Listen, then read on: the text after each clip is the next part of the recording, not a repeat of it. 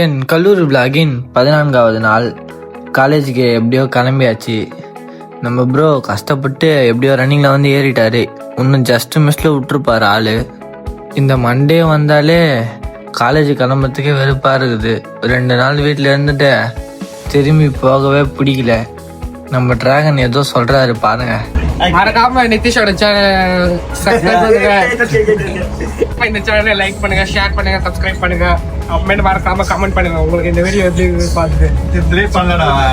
அப்புறம் அங்கேருந்து கூட்டமான பஸ்ஸில் ஏறாம அடுத்து ஒரு ஃப்ரீயாக வந்த பஸ்ஸில் ஏறிட்டு காலேஜுக்கு போயிட்டோம். அங்கே போய் பார்த்தா ஒருத்தர் அவரோட முக்கியமான ஆள் கூட பேசிட்டு இருக்காரு. சரி அப்படியே லன்ச் டைமும் வந்துச்சு. சரி மொத்தமாக சாப்பிட போயிட்டோம். சாப்பிட்டு முடிச்சுட்டு கொஞ்ச நேரம் அட்டி போட்டு கிளாஸுக்கு போயிட்டோம். அங்கே போயிட்டு நான் ஃபோட்டோஸ் பார்த்துட்டு இருக்கேன், இவன் கேம் விளையாட்டுருக்கான். இவனுங்க 2 பேரும் ஃபேஸ் காமிக்கிறதுக்கு ரொம்ப சீன் போடுறானுங்க. ஒரு நாள் ஓட விட்டுடலாம்.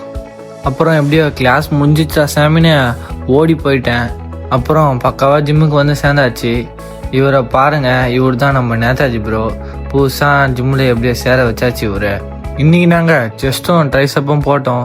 சரி வீட்டுக்கு கிளம்புனான்னு ராகுல் மாமா கூட்ட எங்களுக்கு முன்னாடி ஓடுறாரு வேகமாக.